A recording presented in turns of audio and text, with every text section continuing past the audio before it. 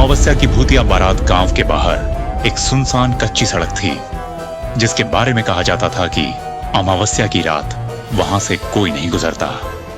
लोग मानते थे कि उस रात वहां भूतों की बारात निकलती है।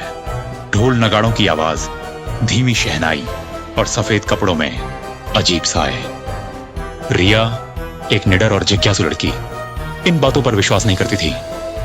एक अमावस्या की रात उसने सच जानने का फैसला किया। रात के लगभग 11 बजे वह अकेले ही उस सड़क पर पहुंच गई। चारों ओर गहरा सन्नाटा था, हवा तक थमी हुई लग रही थी। अचानक दूर से ढोल की धीमी थाप सुनाई देने लगी। ढम ढम ढम। रिया का दिल तेज धड़कने लगा, लेकिन उसने हिम्मत नहीं हारी।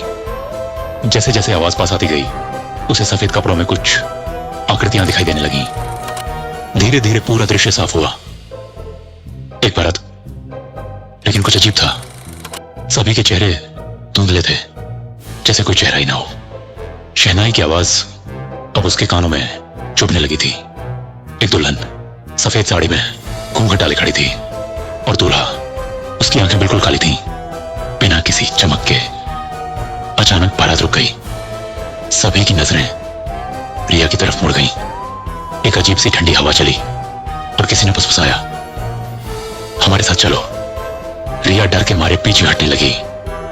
उसने भागने की कोशिश की, लेकिन उसके पैर जैसे जमीन से चिपक गए थे।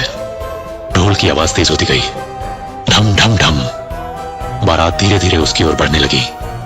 दूल्हा उसके सामने आकर रुक गया और अपना हाथ उसकी तरफ बढ़ाया। बस एक कदम, उसने कहा।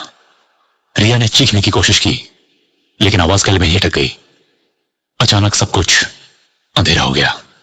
अगली सुबह गांव वालों ने रिया को उसी सड़क के किनारे बेहोश पाया। जब उसे होश आया, उसकी आंखों में डर साफ दिख रहा था। उसने बस इतना कहा, वो आज भी वहां हैं और वो फिर आएंगे।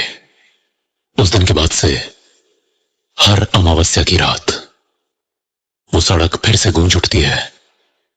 ढोल की आवाज, शहनाई की धुन और किसी के कदमों की